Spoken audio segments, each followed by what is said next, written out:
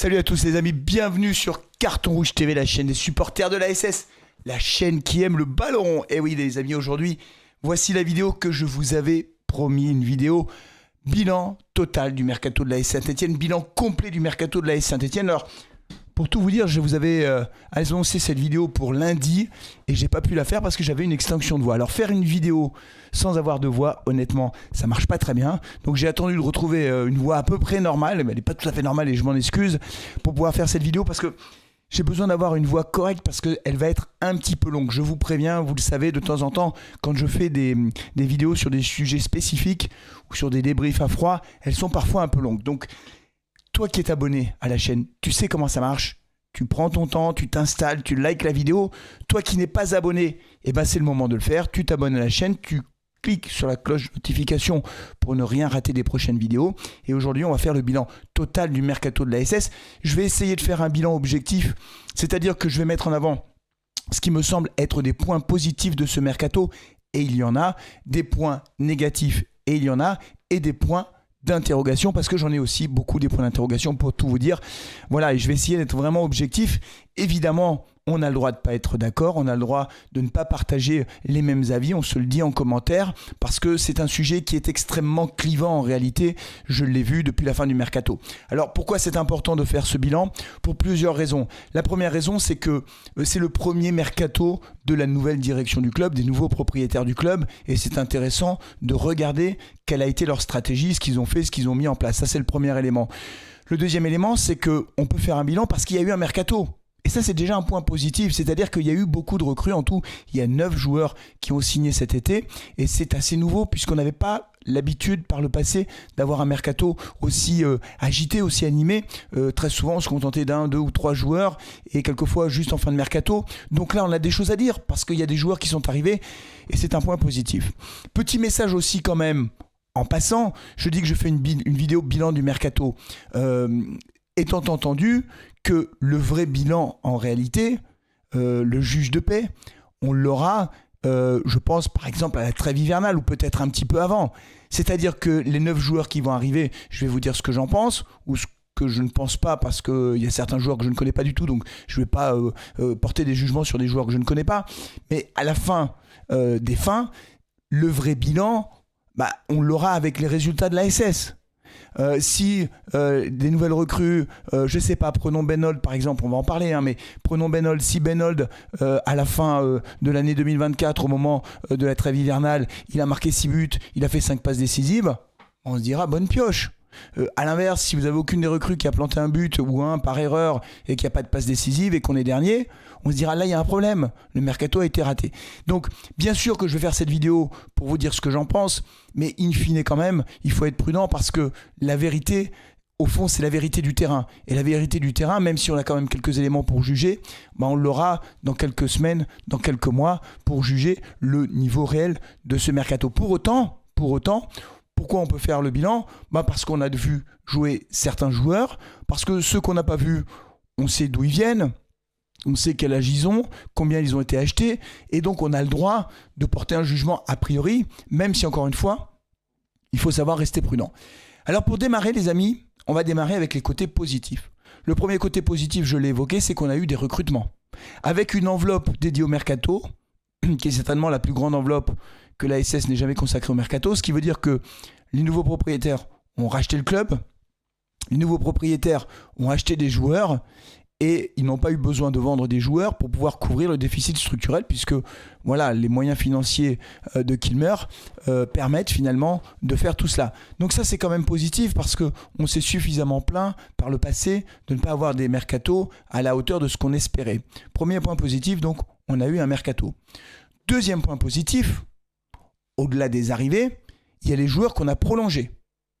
On a prolongé Emen Mouefek avec un contrat longue durée, 4 années plus une 5e année en option.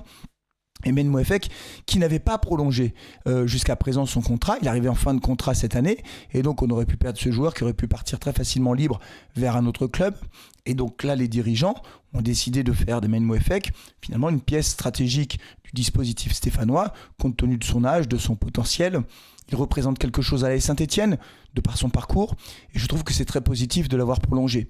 Positif aussi à mes yeux d'avoir prolongé Michael Nadé, qui lui aussi était en fin de contrat. Michael Nadé, donc, qui a prolongé à l'AS Saint-Etienne, qui a été l'un des artisans de la montée en Ligue 1, puisque vous le savez, il a profité en quelque sorte de la Coupe d'Afrique des Nations, du départ de Batu Bisinka, etc., pour rentrer dans l'équipe d'Odo. Le départ de Batlus l'a remis dans le jeu, et il s'est imposé comme une pièce maîtresse en défense centrale, étant entendu que sur ce début d'année, c'est plus difficile pour lui, en ce début de championnat, c'est plus difficile pour lui. Mais moi, à titre personnel, je trouve que c'est des prolongations qui sont positives. Masson aussi a prolongé, alors lui il n'était pas tout à fait en fin de contrat, mais il a également prolongé son contrat. Donc ça c'est des points positifs, un mercato, des joueurs qui ont été prolongés, et puis un autre élément positif que je veux mettre en avant, à mes yeux, c'est qu'on n'ait pas vendu Mathis Amougou, où il était sollicité par un club allemand, a priori 10 millions d'euros, puis 13 millions d'euros. Ça fait vraiment une rupture avec ce qu'on a connu par le passé avec Roland Romeyer et Bernard Cayazo. Vous voyez que ma voix elle est quand même un peu faible, malgré tout, mais voilà, je pense quand même que je suis audible. Et Mathis Amougou, avec Roland Romeyer et Bernard Cayazo, il aurait clairement été vendu pour combler le déficit structurel annuel du club qui était autour de 15 millions. Vous le savez, je ne vous le réexplique pas, mais en gros, entre les charges du club et les recettes du club, chaque année, il y avait 10, 15, quelquefois 18 millions à mettre pour pouvoir équilibrer le budget. Les budgets ont toujours été équilibrés parce qu'on a vendu beaucoup de joueurs, du Saliba, du Fofana, du Gourna, du Bouanga, etc. Et ces ventes-là ont permis de combler chaque année le déficit structurel du club. Et là, si on n'avait pas eu la vente du club à Kilmer, très clairement, Mathis Amougou aurait été vendu, à mon avis.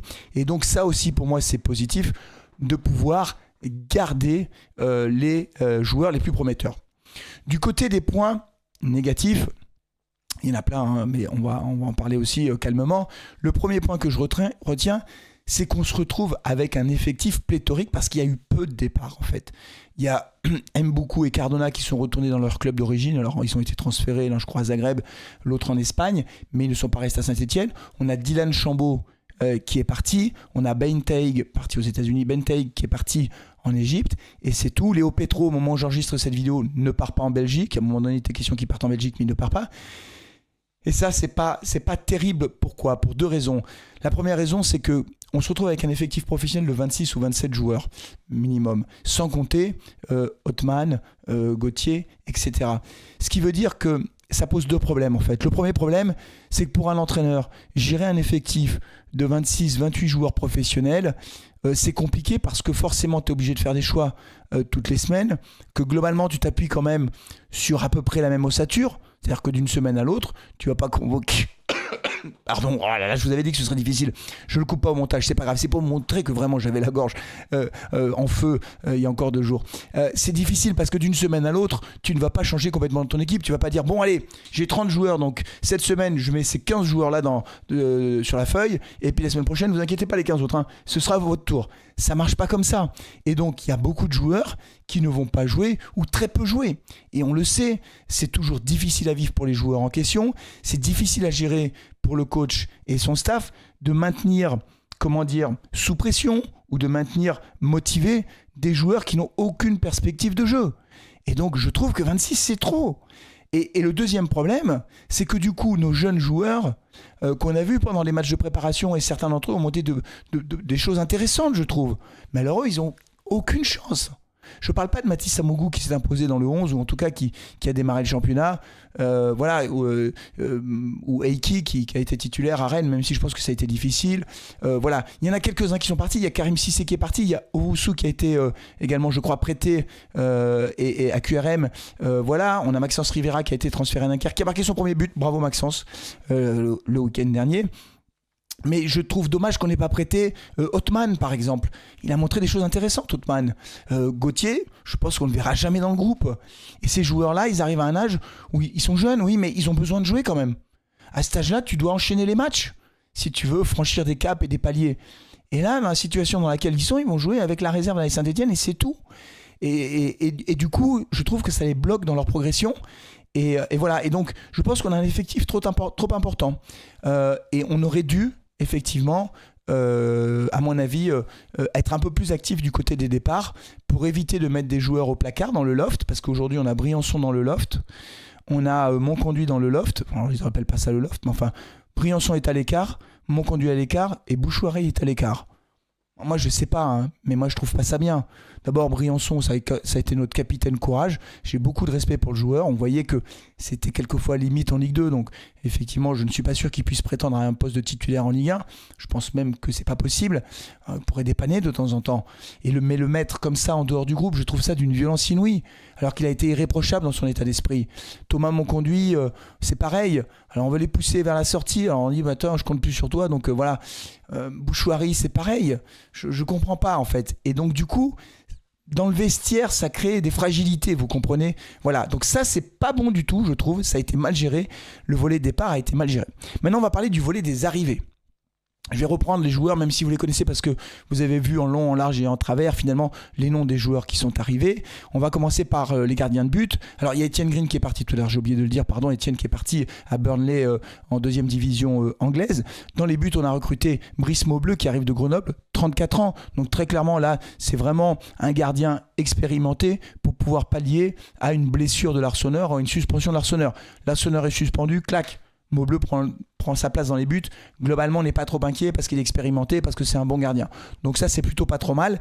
Ceci dit, du coup, on a les jeunes gardiens. Bon, voilà, pour le coup, là, on n'est plus dans cette logique-là.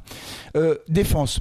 Recrutement de Abdelhamid. Alors, Abdelhamid, Younis Abdelhamid, il est né en 1987, il est arrivé libre de tout contrat de Reims, 36 ans, bientôt 37 le mois prochain je crois. Joueur extrêmement expérimenté, je ne sais plus combien il a de matchs de Ligue 1, il a passé 7 ans à Reims. C'était une volonté visiblement de Odo de le recruter justement pour apporter de l'expérience dans le vestiaire, l'expérience Ligue 1. Il est arrivé libre de tout contrat parce que Reims n'a pas voulu le prolonger. Hein, c'est vraiment Reims qui n'a pas voulu rajouter une année à son contrat. Lui, il aurait bien aimé rester. Donc il s'est retrouvé libre de tout contrat, il est arrivé à Saint-Etienne. C'est pas une mauvaise recrue en soi, parce que je pense qu'il apporte de l'expérience. Cependant, dès le départ, j'étais dubitatif sur sa capacité à jouer tous les matchs de Ligue 1 pendant 90 minutes. Ce qu'on appelle un renfort, c'est quelqu'un qui potentiellement peut jouer tous les matchs pendant 90 minutes. Et je pense qu'à 37 ans, physiquement, c'est difficile. Et ses premiers matchs sous le maillot vert ne m'ont pas rassuré. Pas à cause de lui qu'on a perdu tous les matchs, mais enfin, il a concédé un corner bête, etc. On sent qu'il est très limite sur certaines actions. Dans les duels aériens, il les gagne pas tous, loin de là. Quelquefois, il se fait prendre un peu de vitesse, ce qui est logique à 37 ans, quand tu es face à des gars qui ont 22, 23, 24, 25 ans, 13 ans d'écart. Bah ouais, alors au début du match, ça se voit pas forcément beaucoup, mais à partir de la 60e, là, ça devient plus difficile. Et donc, ce que je regrette par rapport à Odo, vous voyez, j'essaie d'être objectif parce que moi, j'aime beaucoup Olivier Dalloglio. Mais ce que je regrette vis-à-vis d'Odo, c'est qu'il ait pris le risque d'en faire son capitaine, ce qui, au fond, le coince, Odo. Parce que quand tu décides de faire de quelqu'un ton capitaine, tu ne peux pas te déjuger après 3 journées. Enfin, si tu le sors, tu es obligé de prendre un autre capitaine. Quand tu dis que c'est le capitaine, c'est l'homme de base. C'est celui sur qui tu comptes. C'est le dernier que tu sortiras de ton 11 de départ. Le capitaine, a priori, c'est vraiment le gars indéboulonnable. C'est celui sur qui tu comptes. Donc quand tu dis Abdelhamid est capitaine, ça veut dire qu'Abdelhamid est titulaire tout le temps. Et quand il enchaîne les mauvaises performances, bah t'es emmerdé pour faire des changements radicaux en disant bah non, Abdelhamid, Younis, je suis désolé, mais là, le week-end prochain, tu seras sur le banc et c'est Michael Nadé qui va prendre ta place. Parce que ça revient à te déjuger et qu'il faut que tu trouves un autre capitaine. Donc je pense qu'il s'est mis dans la difficulté et je pense qu'Abdelhamid, pourquoi pas, parce que c'est gratuit, le transfert j'entends, mais pour autant se dire c'est l'homme de base de la défense centrale, franchement ça m'inquiète. Voilà. Toujours du côté de la défense, Pierre Cornu, né en 1996, il a 27 ans, donc il est en pleine possession de ses moyens. Transfert pour 1,1 million d'euros venu du Maccabi Haïfa. Premier match, je n'ai vu que c'est un joueur que je ne connaissais pas, donc je ne porte pas des jugements définitifs en ayant vu un match. Hein. Je ne fonctionne pas comme ça. Ce que j'ai vu, c'était plutôt pas mal. C'était pas transcendant, mais c'était pas non plus indigne. une première mi-temps plutôt honorable. Après, j'ai senti que physiquement, il s'est un peu effrité en quelque sorte. Il était fatigué, on le voyait. Je suis pas sûr qu'il ait la capacité pour le moment à jouer 90 minutes. Mais bon, voilà, c'est une recrue latéral gauche. Pourquoi pas avoir, sachant que quand on a recruté Batu Bisinca, il venait du championnat d'Israël. On l'a recruté pour la Ligue 2, Batu Bisinca. Là, on recrute quelqu'un pour la Ligue 1 qui a un parcours à 27 ans. C'est quand même un joueur professionnel confirmé. Il s'est jamais imposé dans une première division du top 5 européen. Pour moi, c'est ça, le critère pour savoir si c'est un très très bon joueur ou pas. Le championnat top 5 européen, alors vous êtes d'accord ou pas, je ne vais pas dire peu importe, mais pour moi c'est l'Angleterre, la France, l'Espagne, l'Italie et l'Allemagne. Ça c'est le top 5 européen à mes yeux, en termes de championnat. Un joueur qui a enchaîné une centaine de matchs dans une division 1 de ce top 5 européen, bon, c'est un joueur confirmé, quoi. C'est pas ça, Pierre Cornu, d'accord ? Il a joué en deuxième division espagnole, peut-être même un peu en dessous. Il s'est jamais imposé dans une division 1 d'un grand championnat européen. Donc, un petit bémol. On va continuer avec les recrutements. On va monter d'un cran, on va aller au milieu de terrain avec le recrutement de Benold. Je vais aller vite. Alors, milieu de terrain, attaquant, je sais pas trop. Benold, je sais pas pour combien il est arrivé. Il y en a qui nous disent qu'il est arrivé pour 1 million d'euros. 22 ans depuis le 13 août dernier. Mais c'est tout récent, Benold. Happy birthday, Benold. Benold qui s'est blessé, donc il est pour l'instant absent. C'est un gaucher. Il vient de Wellington Phoenix en Nouvelle-Zélande, en Australie, pardon. Et donc c'est un joueur qui est inconnu au bataillon, qui est un des premiers à être arrivé à l'AS Saint-Etienne.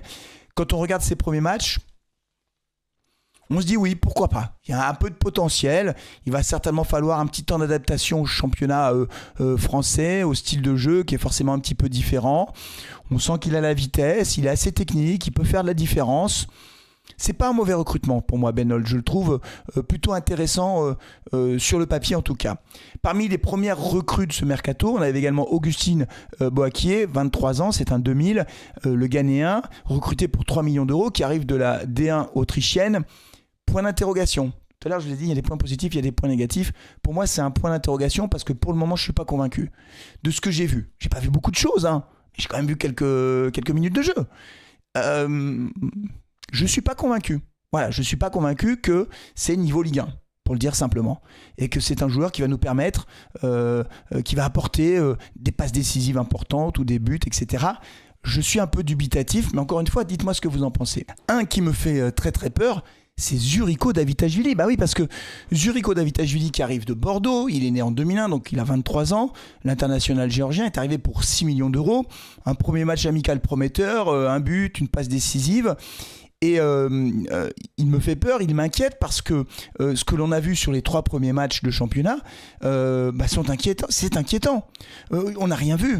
Il est passé à travers face à Monaco, au Havre pareil, et à Brest, positionné en 10 ou en 9,5, il ne s'est rien passé. Et 6 millions, c'est quand même un transfert important. Alors, il est arrivé de Bordeaux, il n'a joué qu'en Ligue 2, il n'a jamais joué en Ligue 1. Les Bordelais nous ont tout de suite dit attention, il est très inconstant, etc. Et c'est vrai qu'on attend de Zuriko Davitashvili d'apporter de la vitesse, de faire des différences, de faire des passes décisives, de marquer des buts. Et pour l'instant, ça, on ne le voit pas. Alors, ça ne veut pas dire que ça ne va pas arriver. Ça ne veut pas dire que c'est un échec. Ceci dit, l'AS Saint-Etienne a acheté ce joueur 6 millions d'euros à Bordeaux alors que Bordeaux était en grande difficulté financière. Donc c'est très fair-play de la part de l'AS Saint-Etienne de ne pas avoir attendu finalement de voir si Bordeaux redescendait, était relégué comme ce qui s'est passé pour Sochaux. Je vous rappelle que Sochaux, on a fait venir Sissoko gratuitement parce que Sochaux a été relégué pour des raisons budgétaires. Et que donc Ibrahim Sissoko, qui était sous contrat avec Sochaux, est arrivé gratuitement à l'AS Saint-Etienne. On aurait peut-être pu faire pareil avec Davitashvili. Alors, on peut se dire si on avait sauvé Bordeaux avec ces 6 millions d'euros, il fallait les donner à Bordeaux, ça a sauvé Bordeaux, mais ça les a même pas sauvés. Donc c'est de l'argent finalement, je ne vais pas dire que c'est de l'argent perdu, mais quasiment. Donc Zuriko Davitashvili, oui, on attend beaucoup plus de lui. Pour le moment, le compte n'y est pas et c'est plutôt inquiétant après 3 journées de championnat. Parmi les autres recrues, on a Igor Miladinovic, 3 millions d'euros, qui arrive de Serbie. Il est né en 2003, donc il a 21 ans, c'est un juin 2003. Il est arrivé hors de forme physique. Moi, ça, je ne comprends pas ça. Comment t'es joueur professionnel, même si t'as 21 ans, et que t'arrives, t'es hors de forme. Odo a dit, en conférence de presse, il faudrait être très patient avec lui. Très, très patient. Parce qu'il est hors de forme. J'ai vu son match avec la National 3 où il a marqué un but. Bon, c'est difficile de se faire une opinion. On sent qu'il a du ballon, qu'il est technique. Mais pour l'instant, physiquement, il n'est pas prêt.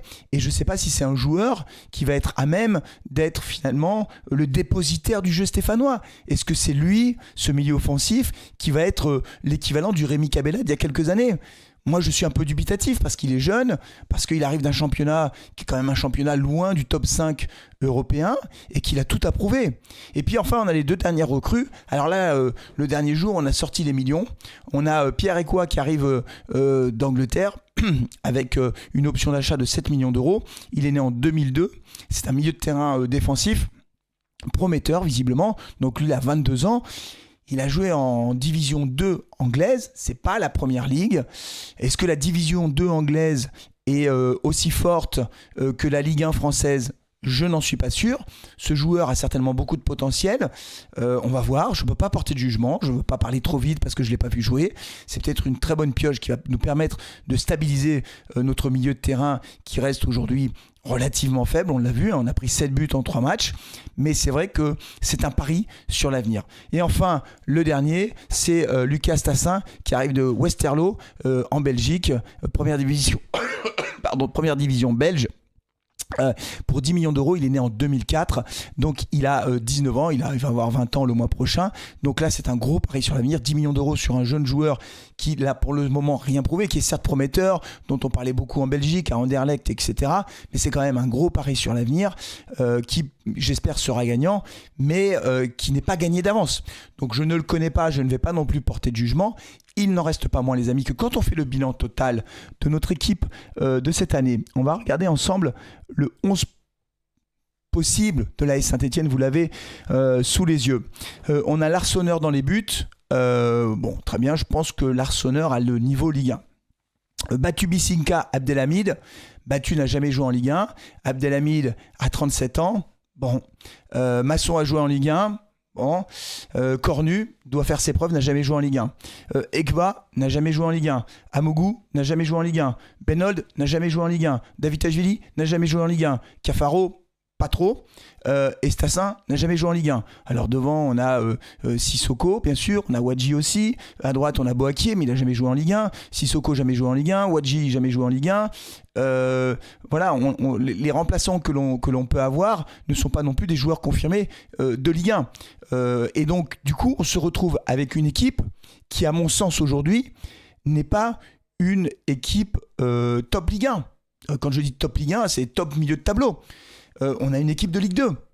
Et d'ailleurs, quand j'avais fait l'interview de Bernard Lyons sur la chaîne, il m'avait posé une question, je ne vais pas dire qu'il m'avait déstabilisé, mais qui m'avait interpellé. Je vous propose de la revoir tout de suite, parce qu'en fait, il avait déjà tout dit, Bernard Lyons, à ce moment-là. Vous la regardez, il y en a pour quelques instants. Dans un premier temps, il va falloir sortir. Alors, je ne sais pas faire un jour à Stéphanois qui ont fait monter le club, mais il y en a un ou deux qui peuvent être titulaires en Ligue 1. Un ou deux, pas donc, plus. Je ne sais pas, c'est moi les. Je sais pas, moi, l'Arseneur, je pense qu'il a sa place. Cardona, s'il reste, bon, voilà, mais Cardona. Alors, Arseneur, quand il joue en Ligue 1, il a perdu sa place, d'accord. Donc, il n'avait pas le niveau, d'accord. Non, mais moi, je parle que de faits. Ouais. Après, en joueur Ligue 1, je sais pas, Nadé, il a fait une très bonne saison. Est-ce qu'en Ligue 1, ça tient? Je sais pas. Nadé battu Bisinka, je sais pas. Il a une très très bonne saison, mais il est plus sous contrat avec Saint-Etienne. Oui, c'est vrai. Quand je te parle des joueurs ouais, là, on parle de c'est vrai. Il est plus sous contrat. Michael Nadé a été le meilleur, le moins mauvais défenseur de la plus mauvaise défense de France il y a 2 ans quand ils sont descendus. Je trouve qu'il a progressé quand même. Hein. Alors c'est en Ligue 2. C'est en Ligue 2. Non mais attendez. Moi je vous parle d'un joueur. Non mais il faut savoir de quoi on parle. Soit vous me dites sur 4-5 matchs, c'est un joueur de Ligue 1, comme on a l'habitude de dire, il n'y a aucun problème. Moi, un joueur de Ligue 1, c'est un joueur qui est capable d'enchaîner les performances et d'être au niveau de la Ligue 1 sur une saison entière. Okay. Là, à l'AS Saint-Etienne, il y en a peut-être un ou deux. Eh bien oui, il l'avait dit. Qui a le niveau Ligue 1 ? Moi, j'ai bafouillé. Oui, Nadé. Bon, ok, peut-être. Oui. Ouais. Bon, et au final, Cardona, mais il est parti. Donc en fait, on a vraiment une équipe Ligue 2. Et comme tout le monde l'avait remarqué, on est monté en Ligue 1 à l'arraché, grâce à Odo, mais ça a été très difficile. Et donc on n'a pas survolé la Ligue 2. On avait une équipe moyenne plus de Ligue 2. Et ça s'est bien goupillé à la fin. On est monté très bien. Mais ce qui est étonnant finalement sur ce mercato, c'est que on savait tous qu'on n'avait pas une équipe Ligue 1, que globalement on repart quasiment avec le même effectif, très peu de départs. Voilà. Des départs de l'effectif, très peu de départs, et parmi les départs certainement un joueur en tout cas qui nous a permis de monter, c'est Cardona, et qu'on a recruté que des paris pour l'avenir, en dehors d'Abdelhamid, de Pierre Cornu, qui ont 37 et 27 ans, mais tout le reste sont des très jeunes joueurs qui ont tout à prouver, qui n'ont rien prouvé pour le moment. Je suis désolé de le dire. Alors on dit la data. Ah oui, la data, d'accord, la data, mais la data en fait, elle ne peut à elle seule pas garantir le succès d'un recrutement. En tout cas, je pense. Parce que quand tu fais de la data, même si tu as des super stats, tu regardes la data, oh là là, les stats de ce joueur au milieu de terrain, Miladinovic. Oh, les stats qu'il a, oh, formidable. La data nous dit c'est vraiment un joueur, voilà, la data, elle sélectionne X joueurs, 10, 20, 50 joueurs ou 100 joueurs qui ont des stats extraordinaires. Mais la data, quand tu as des stats extraordinaires dans un championnat serbe, malgré tout le respect que j'ai pour la Serbie, je ne connais pas très bien ce championnat, c'est le moins qu'on puisse dire. Mais je ne pense pas qu'on puisse dire que le mec a une super data dans le championnat serbe, c'est un mec qui va cartonner en Ligue 1. Donc ce sont des paris sur l'avenir. Le problème, alors on dit, oui, c'est le projet Kilmer. Bah oui, c'est le projet Kilmer, on le sait, le projet Kilmer, c'est gagner de l'argent en revendant des joueurs plus chers qu'ils l'ont acheté. Donc pour que ça marche, ce truc-là, tu dois acheter des jeunes joueurs que tu vas faire jouer, sur lesquels tu vas faire une plus-value et que tu vas revendre derrière, quelques années plus tard, avec quelques millions d'euros de bénéfices. C'est ça le projet. Mais pour que ce projet marche, il faut se maintenir en Ligue 1. Et c'est pour ça que Odo, il a demandé des joueurs confirmés. On voit bien, là, après 3 journées, c'est déjà crispé. C'est-à-dire que Odo, en conférence de presse, a été dur après le match face à Brest parce qu'il est énervé. On sent que Odo est énervé par ce mercato. Il n'a pas eu son mot à dire. C'est pas lui qui a demandé Benold. C'est pas lui qui a demandé Boakier. C'est pas lui qui a dit tiens, Stassin, je l'ai vu jouer, il est super. Lui, il a dit moi, si on veut se maintenir, il me faut des gars confirmés en Ligue 1. En Ligue 1, en Première Ligue, en Serie A, des tauliers, quoi. Mais il les a pas, en fait. Alors moi, je vois sur les réseaux, ah, mais voilà, Odo, il est pas fait pour ce projet, il adhère pas au projet de Kilmer. Mais ça me rend dingue, ça. Comment on peut dire ça ? Comment on peut dire que, finalement, il faut le virer parce que lui, il a pas compris le projet de Kilmer. Mais moi, je vais vous dire un truc, hein. Avec les jeunes joueurs qu'on a, moi, je veux bien qu'on aura peut-être un entraîneur incroyable qui va transformer tous ces joueurs, qui va tout de suite les mettre à niveau Ligue 1. Mais le sujet, c'est pas ça. Odo, lui, veut maintenir son équipe en Ligue 1. Et il connaît la Ligue 1. Il sait que pour se maintenir en Ligue 1, il faut autre chose que ça. Donc, parmi les points négatifs, c'est qu'aujourd'hui, le recrutement qui a été fait, malgré les 20 et quelques millions qui ont été mis sur la table, on n'a pas recruté les joueurs dont Odo a besoin pour nous garantir le maintien en Ligue 1. Et le début du championnat nous le montre. On est trop juste. Alors peut-être, et je l'espère de tout mon cœur, peut-être que Stassin va nous planter 15 buts. Peut-être que Ekwa va exploser. Et qu'on va se dire, waouh, les gars qu'on a recrutés, franchement, ça y est, c'est parti. Et que dès le match face à Lille, on va commencer à voir la différence. Je l'espère. J'y crois pas beaucoup, hein.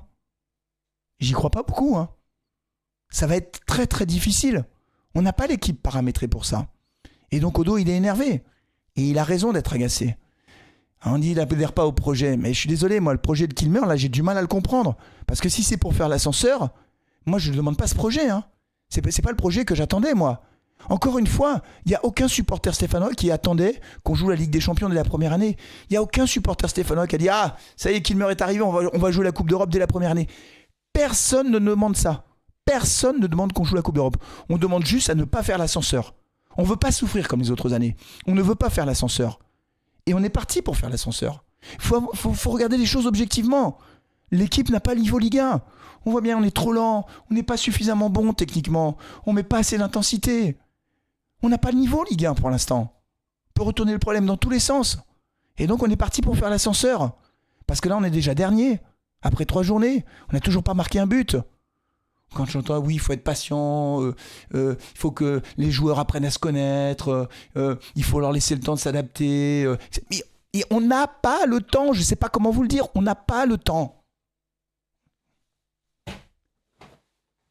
Donc pour moi, Si je devais évaluer ce mercato, je dirais mercato très risqué de la part de Kilmer Group, qui ne semble pas avoir pris la mesure de ce qu'était le championnat de France de Ligue 1. Peut-être, c'est une hypothèse que j'aimais, je me trompe peut-être, et encore une fois, j'ai jamais eu la prétention d'avoir toujours raison, et je revendique le droit et la possibilité de me tromper comme tout le monde. Peut-être qu'aux yeux d'Ivan Gazidis, qui arrive d'Arsenal, Première Ligue, Milan AC, Serie A, peut-être qu'aux yeux d'Ivan Gazidis, le championnat de Ligue 1 est un petit championnat et que finalement c'est facile de se maintenir. Et que du coup il n'y avait pas besoin de recruter des joueurs, voilà, il suffisait de faire un peu des paris et puis terminer, qu'on arrivera bien à se maintenir. Si vraiment il pense ça, je me trompe peut-être encore une fois, mais là il se met le doigt dans l'œil, hein. C'est très difficile, hein. Les équipes elles jouent, hein. Enfin, franchement, moi j'ai regardé beaucoup de matchs de Ligue 1 depuis la reprise. Je vous garantis que même quand vous regardez Nice jouer, quand vous regardez Strasbourg jouer, quand vous regardez Toulouse jouer, mais moi je suis désolé, hein, on n'a pas le niveau de ces équipes-là. Hein. On n'a pas le niveau de ces équipes-là. Alors, je vous recommande, et je vais terminer la vidéo par ça parce que je ne veux pas être trop long non plus. Dites-moi ce que vous en pensez.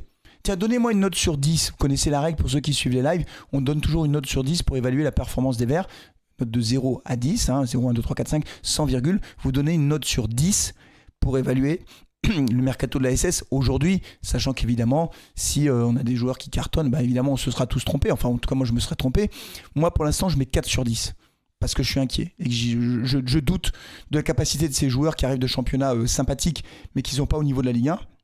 Je doute de leur capacité à élever leur niveau de jeu aussi vite. Voilà. Je vous recommande l'interview de Timothée Kolodziejczak sur le Club des 5 sur la chaîne YouTube. Allez la voir. Il y a 1h30 de vidéo, alors que c'est un peu long, mais on apprend plein de choses. Il parle évidemment de son passage à la Saint-Etienne. Il parle de Claude Puel, évidemment, de la stratégie de Claude Puel qu'on connaissait.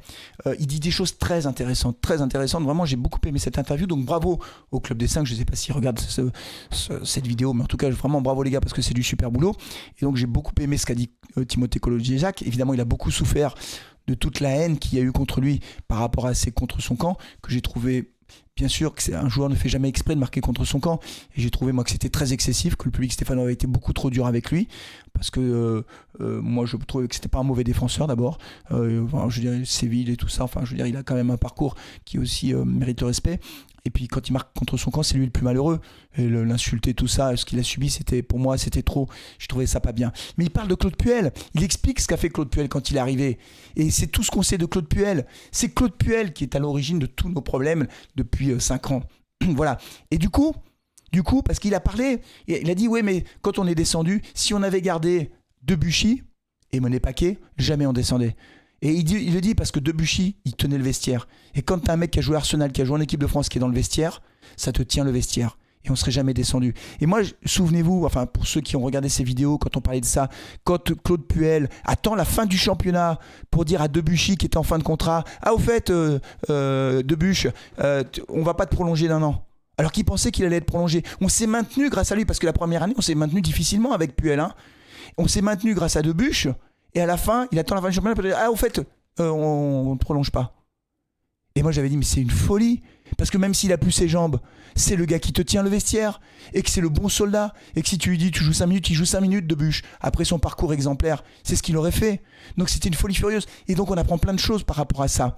Et Claude Puel qui mettait tous les vieux au placard en disant, voilà, on fait jouer Charlaby, voilà, à Ouchiche. Et c'était le début de la fin en fait. Parce que quand tu mets des trop jeunes qui n'ont pas l'expérience Ligue 1, bah, tu vas dans le mur en fait. Et ce que je crains, pourquoi je vous parle de ça ? Parce que je vois à peu près la même chose. Alors, c'est pas du Charlaby et du Aouchiche, mais on mise sur des jeunes qui pour l'instant n'ont rien prouvé, qui vont se retrouver sur le terrain. Et Stassin, là, quand il va être sur le terrain avec 10 millions d'euros, hein, du haut de ses 20 ans, vous croyez que la pression qu'il va prendre sur les épaules, ça va être léger ? Vous croyez qu'on rend service à ces gars-là comme ça en leur mettant une pression d'enfer ? Voilà, on me dit oui mais Amougou, et s'il était parti à Leverkusen était prêt à mettre 13 millions sur un joueur qui n'a rien prouvé. Ah oui c'est vrai, sauf que Amougou, Leverkusen n'attendait pas Amougou pour faire son 11 de départ et pour se dire on va jouer le haut du tableau. Vous comprenez ce que je veux dire ? La pression de Amougou s'il était parti à Leverkusen, ça aurait été un jeune en devenir, il aurait fait des bouts de match, il aurait appris, il aurait progressé dans un grand club. Mais toute la pression du club n'aurait pas été sur Amougou, tu vas sauver le club. Alors que nous, Stassin, Egwa, on se dit voilà, heureusement qu'ils sont là, c'est eux qui vont nous sauver. T'imagines la pression qu'ils ont ? C'est un truc de dingue en fait, sur des jeunes joueurs. Donc j'ai l'impression de retrouver le projet Claude Puel. Et ça n'a pas marché. Et du coup, parce que c'est comme ça que j'ai envie de le faire, je vous remets la compo de Jean-Louis Gasset qui lui, au contraire, s'appuyait sur des joueurs expérimentés. Alors peut-être un peu trop, mais quand on a fini 4e, je vous remets la compo de l'AS Saint-Etienne quand on était 4e. Vous l'avez là, les amis. Voilà avec quoi on jouait. Stéphane Ruffier dans les buts. Colo latéral. Loïc Perrin, défenseur central. Subotic. On a fait venir Subotic à Saint-Etienne. Il sortait de Dortmund, titulaire à Dortmund. Quand il arrivait, Subotic, il n'avait pas 37 ans comme Abdelhamid, il avait 29 ans. Subotic, on fait venir Subotic à Saint-Etienne. L'international. Titulaire d'international serbe de mémoire et titulaire à Dortmund. Alors à la fin, il était plus tout à fait titulaire. Mais tu récupères un cog comme ça. Et oui, c'est un titulaire. Le gars, tu sais qu'il a joué en Bundesliga. Ah, mais t'es sûr que le gars, il a le niveau, hein. T'es sûr qu'il va t'apporter quelque chose. Tu recrutes pas un mec d'Israël, d'Autriche ou de Nouvelle-Zélande. Voilà. Mathieu Debuchy. Arsenal, équipe de France. Ah, quand on parle d'expérience, là, on a ce qu'il faut, hein. Yann M'Vila. Pourtant, Yann M'Vila, je lui ai tapé dessus. Mais il avait l'expérience. Au début, à Saint-Etienne, il était plus fort qu'à la fin, parce qu'à la fin, il prenait plus aucun risque. Selnaes, en termes de ballon, c'était formidable. Romain Amouma. Rémi Cabella. Même Kazri, avec toutes les critiques qu'on peut formuler sur Kazri, je peux vous dire que Wabi Kazri, sur le terrain, c'était quelque chose quand même. Je veux dire, il se battait tout le temps. Et Robert Beric. Cette Saint-Etienne-là, face à la Saint-Etienne là qu'on a aujourd'hui, là, ce Saint-Etienne-là, il en met combien à la Saint-Etienne d'aujourd'hui? 5 ou 6? Enfin, oui, bien, je veux dire, il n'y a pas besoin de sortir de Saint-Cyr, de Sciences Po ou de Polytechnique ou de je sais pas où pour bien voir qu'on n'a pas du tout, on joue pas dans la même cour. Et à l'époque, président, c'était Roland Romeyer et Bernard Cayazo. Et il n'y en avait pas un milliardaire qui sortait, qui avait 1 milliard d'euros sur son compte bancaire pour pouvoir acheter des joueurs. Et pourtant, on les avait fait venir à Saint-Etienne. On dit oui, mais on n'a plus les moyens parce que les droits télé, les salaires, etc. Je suis peut-être d'accord avec ça. Et encore que si on a un milliardaire et qu'il a quelques ambitions pour le club, à un moment donné, il faudra quand même bien aussi mettre autre chose que des paris sur l'avenir et sur des jeunes joueurs. Et à un moment donné, avoir des joueurs qui ont l'expérience sur le terrain. Mais moi, je ne demande même pas qu'on ait 11 joueurs expérimentés sur le terrain. Si on en avait eu 3 ou 4, des joueurs Ligue 1, Bundesliga, Serie A, Première Ligue ou la Liga, des gars qui ont 100 matchs, 150 matchs au compteur, vous voyez, des gars qui ont été titulaires dans leur club, on en a un par ligne. Mettons un par ligne. Un défenseur, tient la baraque, l'équivalent de Subotic. Tu prends un gars, M'Vila, etc. Ouais, c'est sûr, c'est des gars, par contre, ils ont un gros salaire et tu peux pas gagner de l'argent en faisant de la revente. Tu peux pas faire du trading. Donc c'est pas la stratégie de Kilmer. Mais avec ça, avec cette équipe-là, on a fini 4e du championnat. Avec l'équipe qu'on a, je sais pas combien on finit, les amis. Voilà, donc ça m'agace un peu parce que j'ai le sentiment qu'on a mis beaucoup d'argent sur la table pour un mercato qui est risqué et qui est très moyen. Encore une fois, il y a des côtés positifs. C'est mon avis, on a le droit de pas être d'accord. Merci beaucoup d'avoir suivi cette vidéo. Aussi, dites-moi en commentaire si ça vous a plu. Parce que voilà, j'ai quand même préparé le truc et puis je parle beaucoup, je parle longtemps, donc est-ce que ça vous a plu le format ou pas? C'est des formats qui sont un peu différents où je prends un peu plus de temps, mais dites-moi aussi si ça vous plaît pour m'encourager, ou si ça vous plaît pas, vous me dites non Flavien, arrête, tu parles trop, t'es trop bavard Flavien, on en a ras le bol de t'écouter, arrête ces trucs là, et à ce moment là j'arrêterai ces formats là, mais si ça vous plaît dites-le moi, et surtout dites-moi ce que vous en pensez les amis. Merci beaucoup d'avoir suivi cette vidéo, on se retrouve très vite pour la suite des événements avec notamment les prochains matchs, etc. On a le temps d'en parler, on n'en est pas encore là. Merci, prenez soin de vous, de vos proches, et allez les Verts, ciao.